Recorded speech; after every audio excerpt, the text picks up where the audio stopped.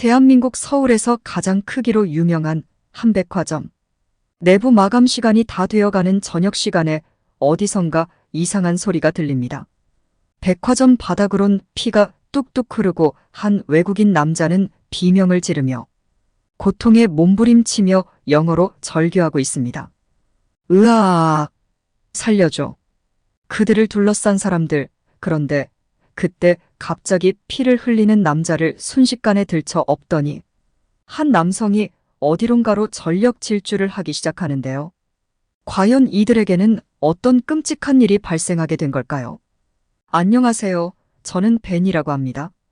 미국 노스캐롤라이나 주 더럼에서 생물학 과학자로 오랜 기간 근무하다가 현재는 그곳에서 일하지 않죠. 저는 미국 태생으로 쭉 미국에서 자라왔습니다. 그러면서 그래도 꽤 순탄하다고 할 수 있는 유년 시절을 보내고 동창이었던 아내와 만나 결혼을 하고 사랑스러운 아이도 둘이나 낳았어요. 생물학은 자연과학 분야에서는 가장 기초가 되는 학문입니다. 생명과 생물을 연구하는 분야라고 보시면 되는데요. 생물들의 구조와 성장 진화 같은 부분을 연구하면서 더 좋은 방향으로 나아갈 수 있는 해법을 찾는 연구를 하고 있습니다. 종을 새롭게 개발할 수도, 종을 지킬 수도, 더 나은 종을 만들어낼 수도 있죠. 그래서 최근에는 생물학을 공부하려는 학생들이 굉장히 많습니다. 전 세계적으로 그렇죠. 아마 생화학 무기 등 각종 문제가 발생하면서 생물학에 대한 관심도 중요도가 함께 높아지고 있기 때문이 아닐까 싶습니다. 저는 이 분야에서도 어느 정도 인정을 받는 논문들도 많이 발표했습니다. 탄탄대로가 보장되는 좋은 직장에 화목한 가정, 사랑스러운 아이들까지 남 부러울 게 없던 제 삶이 이렇게나 초라해질 거라곤 그때까진 전혀 생각지도 못했지만요. 이젠 모두가 과거로 남아버린 이야기가 되어버렸습니다. 이제 더는 과학의 도시라 불리는 더럼의 과학자도 사랑스러운 아이들과 아내의 남편도 모든 것을 잃은 상태입니다. 이혼을 했거든요. 아니 당했다고 하는 게 맞겠죠. 그럴 만도 했기에 변명의 말을 하진 않겠습니다. 아무튼 저는 이제 더는 미국에서 거주하지 않아요. 홀로 미국을 떠나 타국에서 지내고 있죠. 한국이라는 나라에서요. 몇 년 전 코로나가 전 세계를 덮었을 때 생물학자였던 저와 저희 팀에게는 비상 같은 시간이었습니다. 하루라도 빨리 백신 개발을 해야 했고 각 대학교의 교수진 중에 가장 유능하다고 꼽힌 인재들로만 뽑혀서 저희는 TF팀을 꾸려졌고 그때부터는 거의 집에 가지도 못할 만큼 밤낮 없이 일해야 했습니다. 연구팀 중에 그 누구도 절대 바이러스에 노출되면 안 됐기 때문에 우리의 외출은 엄격하게 관리되었죠. 당연히 연봉도 높았고 그 팀에 들어가고 싶어하는 사람이 있을 정도였지만 저는 그렇지는 않았습니다. 물론 과학자의 입장으로서 성과에 대한 욕심이나 열망은 많았죠. 하지만 그때 저희 아이들이 3살, 7살이었기 때문에 엄마 혼자서 아이들을 케어한다는 게 쉽지 않은 시기였거든요. 그래서 한 아버지이자 남편으로서 과학자로서 그 사이의 기로에서 늘 고민해야 했습니다. 보안을 문제로 연락하는 일도 어려워져 갔습니다. 그런 일들이 반복되자 아내는 지쳐만 갔고 저희는 점점 통화만 하면 다투는 일들이 많아졌어요. 저도 가족들에게 더 나은 삶을 만들어주기 위해 좀 더 높은 곳으로 가고 싶을 뿐이었다고 생각했거든요. 그런 저를 조금만 더 이해해주기만 바랬던 저의 욕심이 과했던 겁니다. 그 문제를 어떻게든 그때 해결했어야 했어요. 계속해서 우리 가정은 삐걱대는 일이 잦았지만 저는 어쩔 수 없다라는 애매모호한 태도로 이렇다 할 어떤 조치도 노력도 하지 않았습니다. 그러던 어느 날 우리에게 큰 위기가 찾아왔습니다. 둘째 아이가 열이 펄펄 끓게 아팠던 건데요. 하필 그날 극비로 진행돼야 하는 회의가 있었고 그렇기 때문에 아내는 저에게 연락이 닿지 않았습니다. 늦은 시간이라 택시를 불러도 잡히지도 않고 막막한 상황이었겠죠. 게다가 그때 저희 아내가 발목 부상으로 깁스를 하고 있던 중이라 운전이 불가능했거든요. 운전을 부탁할 만한 마땅한 가까운 이웃도 없었습니다. 미국 중북부에 와보신 분들이라면 우리 동네의 상황을 아실 수도 있을 텐데요. 저희가 사는 동네는 사람이 밀집해서 사는 한국 같은 구조가 아닙니다. 한 집 한 집이 사이의 거리가 발목이 닫힌 채 아이들을 데리고 가기엔 먼 거리죠. 아이들은 울고 다리는 불편하고 딱딱한 섰고 깁스를 한 상태를 부시려고 했지만 단단함에 그것조차 쉽지 않았다고 했습니다. 아마 굉장히 난감하고 불안했을 겁니다. 초조한 마음에 계속 걸었던 통화는 연결되지도 않았으니까요. 정말 다행스럽게도 아내의 친구가 집으로 도와주기 위해 데리러 왔고 최대한 빠르게 아이들을 데리고 병원으로 향할 수 있었다고 합니다.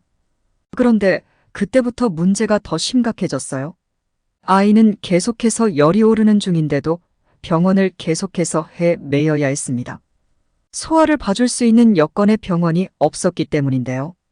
코로나로 인해 그때 미국의 병원 체계는 완전히 무너진 상황이었고 특히나 소아를 봐줄 수 있는 의사들을 전 세계적으로 문제일 만큼 미국도 없는 상황이거든요. 그렇게 저희 아내와 아이는 도로 위에서 엉엉 울었다고 했습니다. 수많은 곳을 갔다가 결국 몇 시간을 달려 가게 된 병원에서 드디어 우리 아이는 치료를 받을 수 있었고 그제서야 저의 회의가 끝나고 연락이 되었다고 했습니다. 저도 그때 휴대폰으로 도착해 있는 메시지를 확인하며 심장이 땅 밑으로까지 쭉 저를 데리고 내려가는 듯 철컥 눈물까지 나더군요. 그날 정말 감사하게도 아이의 열은 빠르게 잡혀 더 이상의 문제는 발생하지 않았지만 아픈 몸으로 몇 시간 울며 돌아다녔던 아내의 마음엔 큰 상처가 남겨진 듯 했습니다. 그날의 사건은 우리에게 계속해 부메랑처럼 돌아왔어요. 무슨 문제가 발생하고 부딪힐 때마다 그 사건으로 돌아가게 되더군요. 상처 나버린 아내의 마음은 회복되기 힘들었고 저는 노력한다고 했지만 가장으로서 과학자로서 일을 그만둘 수도 없는 노릇이라 뭘 더 어떻게 노력을 해야 하는지도 모르겠다고 말했습니다. 하루라도 빨리 여러 명에게 건강한 삶을 되찾아주기 위해서는 연구가 필요했는데 제 가정의 건강도 지키지 못했다는 사실에 제 자신이 싫어지게 되었습니다. 바이러스를 치료할 치료제 연구를 빨리 하는 것만이 지금으로서는 최선의 선택인데 인공적으로 배양을 한 후 독성을 낮추거나 사멸하게 하는 방법을 알기엔 시간이 너무도 부족했죠. 그 많은 전문가들이 모여서 최선을 다해봤는데도 단숨에 그 원인과 방법을 찾는 건 어려운 일이었습니다. 그러면서 자연스럽게 점점 더 저의 일에 대한 회의감도 거부감도 심해져만 갔어요. 몇 년의 코로나가 겨우 지나가고 나서야 저는 그나마 가족들과 보낼 수 있는 시간이 생겼습니다. 하지만 시간이 생겼다고 해서 아내의 마음까지 아물어진 것은 아니었습니다. 우리는 보내는 일상마다 자꾸 부딪히기 시작했고 그런 문제들을 계속 아이들의 앞에서 보여주는 것이 더 안 좋은 것 같다는 결론에 도달했습니다. 그래서 우린 결국 합의 이혼을 하게 된 것입니다. 그게 아빠로서 아이들에게 해줄 수 있는 최선이라고 생각했기 때문이었습니다. 이혼을 하게 된 후에 제 삶은 그냥 사막처럼 변해버렸습니다. 더 이상 무언가를 하고 싶은 욕심도 자신도 없어져 갔죠. 그렇게 나태하고 모든 걸 포기할 것 같이 기운 없던 저는 다니던 직장에서 결국 권고 사직을 당하게 되었습니다. 막막했죠. 매달 양육비를 보내기로 했는데 말이에요. 워낙 연봉이 높았었기 때문에 재정적인 문제가 당장 저를 괴롭히는 건 아니었습니다. 퇴직금이나 성과금도 있어서 몇 달간은 큰 걱정이 없었지만 앞으로 걱정이 되는 건 어쩔 수 없는 현실적인 고민이었습니다. 계속 못난 아버지일 순 없었어요. 아이들을 위해 이제라도 할 수 있는 것들에 대해서 최선을 다해야 했죠. 그래서 저는 일자리를 이리저리 알아봤습니다. 그래도 좋은 대학에 좋은 성적을 늘 유지했던 커리어가 있어서 취직되는 것들에 대해서는 큰 문제는 없었지만요. 다 제가 사는 근방이나 미국을 벗어난 취업은 없더군요. 이혼으로 인한 상처는 제 생각보다 더 저를 깊게 파고들었습니다. 저의 실수로 제 욕심으로 인해 소중한 것들을 모두 잃어버린 것 같은 생각에 실패한 삶 같은 제 모습이 너무 싫었습니다. 그래서 제 행동들, 저의 기억들과 최대한 먼 곳으로 도망가고 싶은 마음이 생겼습니다. 그러던 중 친한 선배가 제약회사를 다니고 있는데 마침 한국의 한 제약회사에서 저의 포지션을 구하는데 추천을 해줄 수 있다며 연락이 왔습니다. 처음에는 한국? 내가 이젠 하다 그런 곳까지 가야 돼? 라고 물었죠. 솔직하게 말하자면 저는 한국에 대해 잘 몰랐습니다. 전혀 몰랐다는 게 더 맞겠죠. 미디어나 문화 방면은 워낙 뛰어난 국가인 것은 인정하겠지만 저는 예술학자가 아니라 과학자 아니겠어요? 과학적인 업적도 전혀 없는 후진국 정도의 수준에 멈춘 나라라는 생각을 했던 곳이었습니다. 이유도 없이 그랬던 건 당연히 아니었습니다. 제가 가장 한국에 대해 편견을 가졌던 이유는 바로 노벨상도 못 받은 나라라는 인식이 있었기 때문입니다. 일본도 받았는데 한국은 왜 과학적인 성과를 내지 못하는지에 대한 의문이 들었죠. 한국에 대해선 역대 과학계에서 노벨상에서 업적을 이룬 사람이 없는 거로 알고 있었고요. 그래도 과학자의 자존심이 있는데 그런 후진국 수준의 과학, 발달이 있는 한국으로 갈 수는 없다고 말했습니다. 선배는 저에게 후회할 텐데라는 묘한 말을 하더니 전화를 끊게 되었어요. 그렇게 한 달쯤 지났나? 통장 잔고를 보면서 저는 슬슬 불안해지기 시작했습니다. 이렇게 오래 일을 쉬어본 적이 없었는데 이러다 저의 커리어까지 잃게 된다면 내 인생에 남는 게 뭘까 하는 생각과 아이들의 미래에 지원해줘야 하는 문제까지 걱정하며 점점 더 조급한 마음이 들었죠. 저는 자존심이고 뭐고 다시 한국의 제약회사를 다니는 선배에게 연락을 했고 한국으로 취직을 하는 것에 대해 자세히 문의를 했죠. 연봉도 동종업계에 비하면 굉장히 높은 수준이었습니다.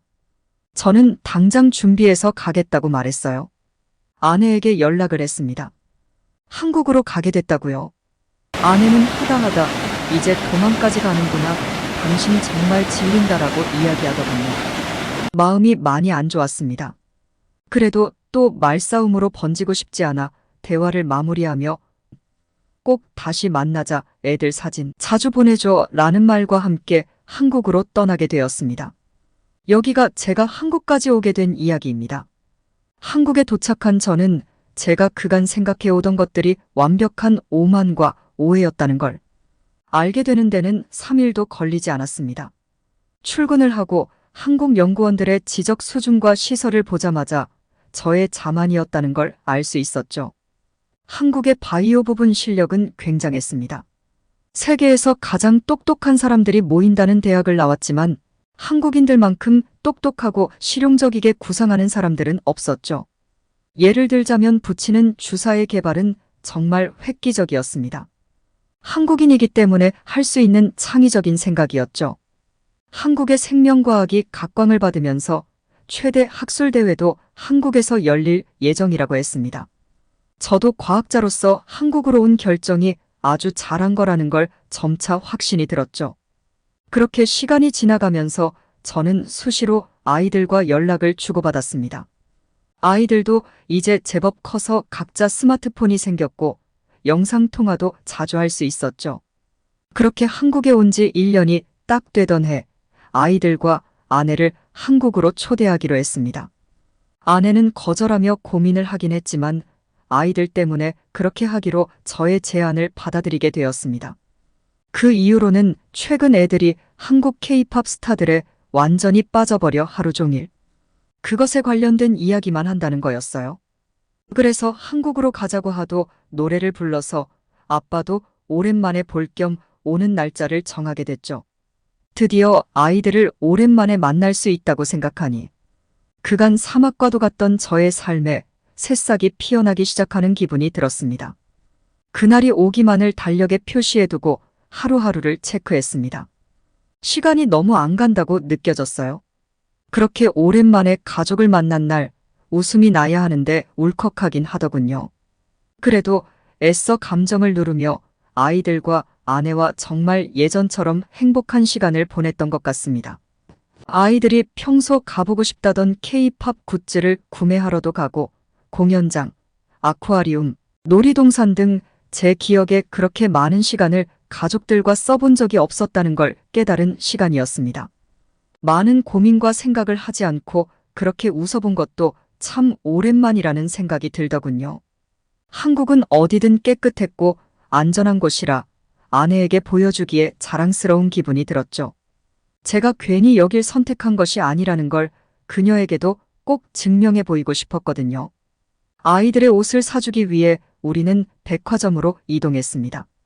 가장 사고 싶어 하던 장난감과 옷을 구매하고 식사를 하러 내려오는 길이었어요. 백화점 마감 시간이 다 되어서 아무래도 나가서 먹어야 할 것 같다고 말했더니 아내는 애들이 있는데 그렇게 위험하게 밖에서 먹겠다고? 이 시간에? 당신은 여전히 애들 생각은 안 하지? 라며 다시 언성이 높아지려고 하고 있었습니다. 저는 그게 아니라 한국은 전혀 위험하지 않다고 설명했지만 아내는 저의 말을 더 이상 믿지 않는다며 제 말을 들으려 하지도 않았죠. 그냥 얼른 숙소로나 돌아가자고 아내가 말했고 저는 아내에게 상황을 설명하고 있었습니다. 애들 앞에서 그런 모습을 또 보여주기 싫었는데 둘 다 이야기를 하다 보니 약간 흥분이 된 상태였어요. 그때 어디선가 갑자기 익숙한 목소리의 비명이 들려왔습니다. 으아, 아빠, 살려줘. 세상에나 그 비명 소리의 주인공은 우리 첫째 아이였어요. 첫째가 에스컬레이터에서 발을 헛디디며 구르는 대형 사고가 발생한 것이었습니다. 순간이 멈춘 듯 아무 소리도 들리지 않았습니다. 다행히 지나가던 행인이 에스컬레이터의 비상 멈춤 버튼을 눌러주면서 더 큰 사고는 피할 수 있었지만 아이 다리에서 피가 철철 흐르고 있었죠. 얼른 정신을 차려야 했습니다. 제가 당황하고 있는데 바로 옆에 다른 한국인이 전화를 걸어 신고를 도와주었어요. 그런데 지금은 막혀서 15분 정도 출동까지 걸린다고 하더군요. 저는 1분 1초도 지체할 수가 없었습니다. 죄송하다고 하고 아이를 들쳐 업은 채 휴대폰을 꺼내 바로 택시를 잡았고 2분도 안 돼 바로 아이와 저희 가족을 태운 택시는 병원으로 이동하게 되었죠. 그래도 외국인 진료가 바로 가능한 응급실이 어딘지 알고 있었고 택시 기사님 덕분에 아주 빠르게 병원으로 도착할 수 있었어요. 아이의 다리에선 피가 흐르고 제 얼굴에선 눈물이 마구 쏟아졌지만 계속해서 닦아내야 했어요. 드디어 도착한 병원 응급실, 당황을 하다 보니까 그래도 조금은 할 줄 알게 되었던 한국어는 아예 나오지도 않고 영어만 나오게 되더군요. 그때 비비비 코리아라는 곳에 전화하면 바로 응급 통역을 도와주는 서비스가 있기 때문에 저는 그걸 이용했습니다. 단숨에 접수 처리를 도와줬고 아이는 먼저 안으로 들어가고 보호자인 저는 코로나 검사를 하게 했어요. 코로나 음성 확인이 되자 검사를 한 저만 출입증 바코드를 받아 내부로 들어갈 수 있었고 아이는 혹시 모를 코로나를 대비해 1인 진료실에서 응급처치를 받고 있었습니다. 응급실 안으로 들어가 보니 응급처치는 마친 상태였고 혹시 몰라 몇 가지 검사를 추가로 진행한다고 했죠. 저는 무슨 검사든 아이만 괜찮을 수 있다면 상관없었습니다. 빠르게 나온 검사 결과에서는 다행히 찢어진 열상 말고는 다른 문제는 없었습니다. 찢어진 다리 부분을 꿰매고 아이는 진통제와 수액을 맞으며 진정을 할 수 있었습니다. 저는 아내에게 막내 아이를 데리고 먼저 숙소에 가 있으라고 이야기했어요. 잠든 첫째 아이를 기다리며 지켜보는데 참았던 눈물이 흘러내렸습니다. 이 모든 것이 또 저 때문에 벌어진 일만 같았어요. 제가 한국으로 부르지만 않았더라면 다행히 아이는 다른 문제는 없었고 수납을 하고 다시 숙소로 돌아가려고 했습니다. 90만 원 정도가 나왔는데 여행자 보험에 가입을 하고 왔기 때문에 추후에 다 돌려받을 수 있다고 했죠. 저는 다시 택시에 아이를 태우고 함께 아내가 있는 숙소로 향했습니다. 미안해서 쳐다보지도 못하겠는 감정이었어요. 그러나 첫째가 제 손을 꽉 잡아주면서 고마워 아빠라고 하더군요. 뭐라고 표현할 수 없는 감정이었습니다. 그렇게 숙소로 돌아가고 며칠은 쉬다가 남은 여행 기간 동안 그동안 못해준 아빠 노릇을 하며 함께 추억을 쌓았습니다. 다시 떠나기 전에 병원에 가 실밥을 풀기로 했죠. 다행히 성형수술을 할 때 사용하는 실로 봉합을 했기 때문에 흉터는 잘 남지 않을 거라고 이야기해 주시더군요. 그제야 한숨 돌릴 수 있었습니다. 짧지만 행복했던 가족과의 시간이 끝나고 공항으로 데려다주는 길, 우리는 그 누구도 어떤 말도 하지 않았습니다. 그냥 창밖의 풍경만 볼 뿐이었죠. 아내도 창밖만 보고 있었습니다. 저는 잡고 싶었지만 차마 그럴 용기가 나질 않았죠. 공항에 도착을 하고 비행시간이 다가와 출국장에서 헤어질 순간이 되었습니다. 몇 번이고 다시 만날 날을 묻고 싶었지만 그럴 자격이 있나 싶어 아무 말하지 못하고 있는데 아내의 목소리가 들렸습니다. 저기 당신 말이야. 집에 혹시 남는 방 있어? 라고 말이죠. 그래서 어떻게 됐냐고요? 저희는 지금 한국에서 다 함께 지내고 있어요. 아내는 그 긴급했던 날 병원에 뛰어가며 보인 저의 태도를 보니 일을 하고 있었을 뿐 자신과 같은 마음이었다는 걸 깨닫게 되었다고 하더라고요. 또 한국에서 지낸 기간 동안 어려운 일이 닥쳤을 때 선뜻 나서서 도움을 주는 한국 사람들의 문화, 어디든 보호받을 수 있고 어디든 빨리 뻗을 수 있는 인프라에 아이들을 키우기 가장 적합한 나라라는 생각이 들었다고 했죠. 저도 이제는 예전과는 많이 달라졌습니다. 예전에는 과학자이자 아버지였다면 이제는 아버지가 과학자일 뿐이죠. 항상 가족들을 최우선으로 하며 그렇게 살아가야죠. 오늘 사연은 여기까지입니다. 오늘 사연 마음에 드셨다면 구독, 좋아요, 알림 설정까지 부탁드립니다. 또 만나요.